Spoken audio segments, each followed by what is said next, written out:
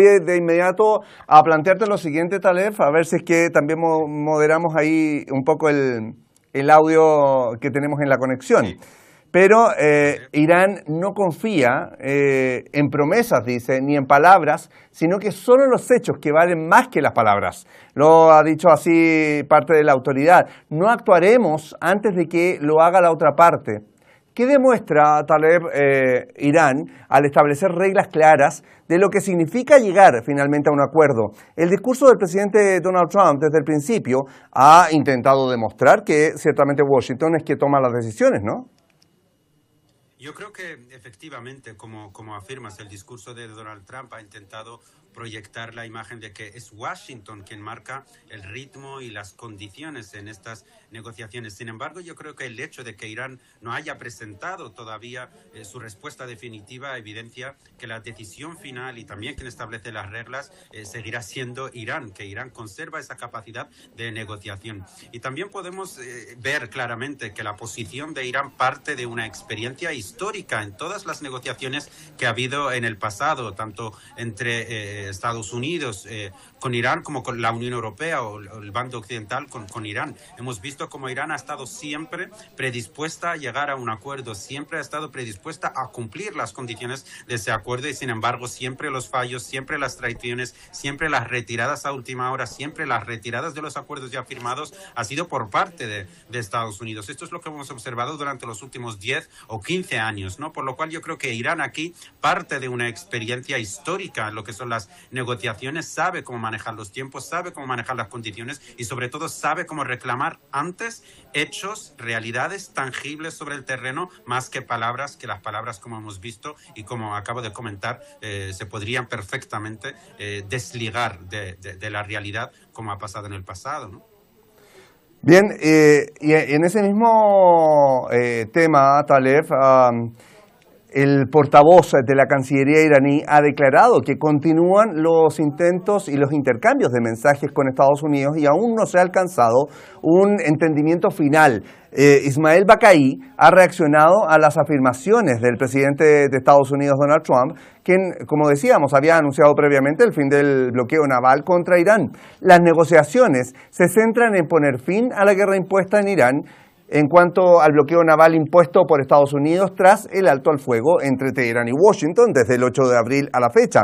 Baqai ha expresado que el cerco estadounidense fue el principio de una acción ilegal. El llamado bloqueo naval constituyó tanto una violación del alto al fuego como una perturbación de la libertad de navegación internacional. Teherán ha demostrado repetidamente que considera las negociaciones no como un ejercicio de relaciones públicas, sino como un proceso regido, en este caso por intereses nacionales claramente definidos, líneas rojas y también cálculos estratégicos. Cualquier acuerdo final será juzgado en Teherán según si cumple con las condiciones y términos de Irán para poner fin a la guerra. Y allí quiero llevarte, Taleb, ¿qué resultó al final del bloqueo impuesto por la administración Trump hasta el momento? ¿En qué se basaron los argumentos de Washington cuando en la práctica no consiguió lo que buscaba? Y eso está claramente señalado.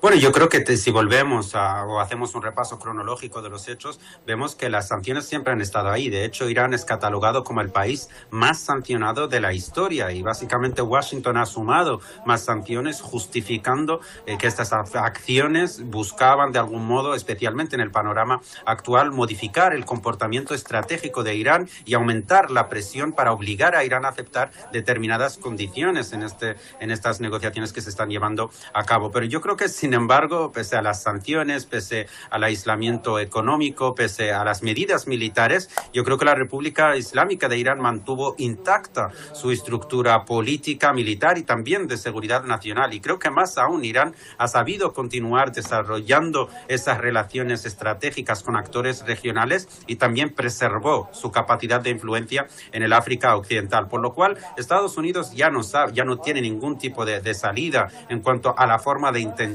obligar a Irán o al gobierno iraní a aceptar su poder hegemónico que se ha impuesto en la región del Golfo. Irán no ha sabido no ha sabido hasta el momento cómo forzar a Irán o forzar al gobierno iraní a doblegarse, ¿no? Lo ha intentado de diversas formas, bloqueando el estrecho de Hormuz, lo ha intentado bombardeando al pueblo iraní, bombardeando colegios, asesinando a niños, lo ha intentado con todo tipo de sanciones económicas, pero yo creo que el poder de soberanía desde el cual parte Irán y el pueblo iraní, el gobierno iraní, ha sabido enfrentar toda esta política de imperialismo que se intenta imponer sobre Irán, sobre su gobierno, por lo cual todas estas medidas yo creo que han fracasado, ¿no?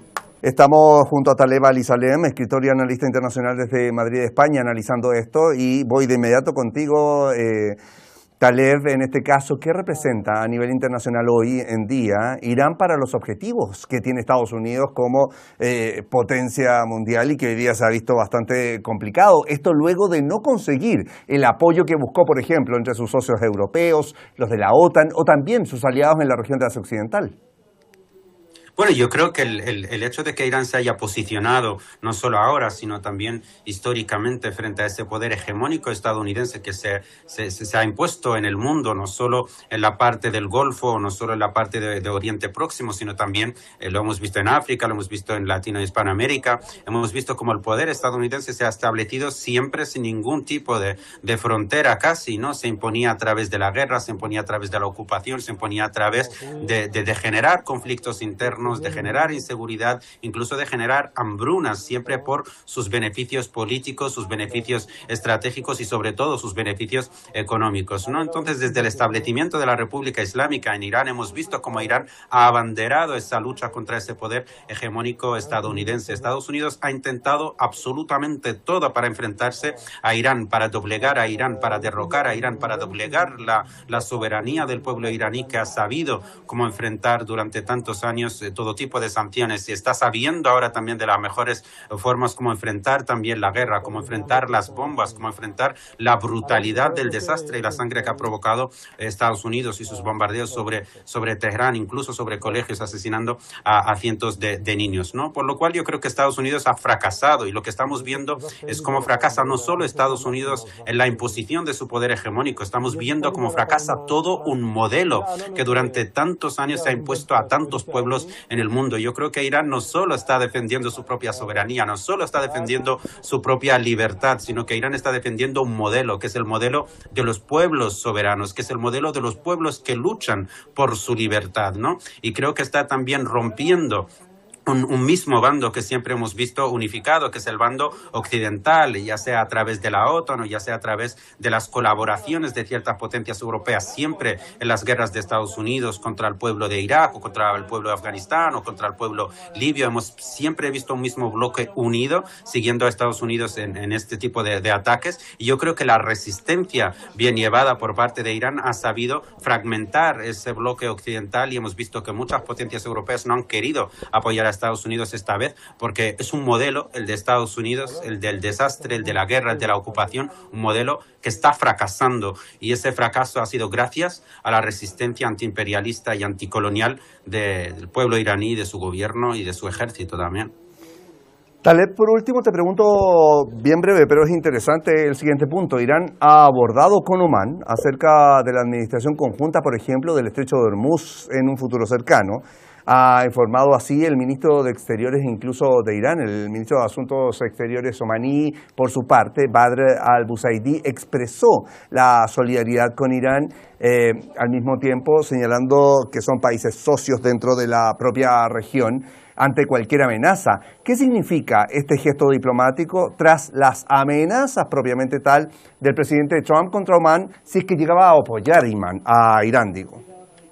Bueno, yo creo que el mensaje de Irán es bastante claro. Yo creo que busca fortalecer las alianzas regionales frente a esa presencia extranjera que siempre ha estado en los países árabes del Golfo. Y yo creo que en términos políticos este sería un mensaje claro, porque busca la estabilidad y la prosperidad del Golfo, y que le dice a los países del Golfo, especialmente a los países árabes, que esa estabilidad y esa prosperidad no depende de la presencia militar de potencias extranjeras, sino que de acuerdos entre los propios países que comparten esa geografía, que comparten ese golfo y que comparten los intereses en común, ¿no? Yo creo que también Irán, desde el inicio de esta guerra, el tener como objetivo las bases militares en Emiratos Árabes, en Kuwait, en Omán, en Arabia Saudí y en otras regiones, yo creo que ha sido también un mensaje a estos países que siempre creían que la presencia de estas bases era una forma de proteger sus países, proteger sus fronteras. Irán ha querido decirles, es que no os protegen, son una amenaza para la estabilidad de vuestros países, una amenaza para la estabilidad de la región. Y yo creo que este acuerdo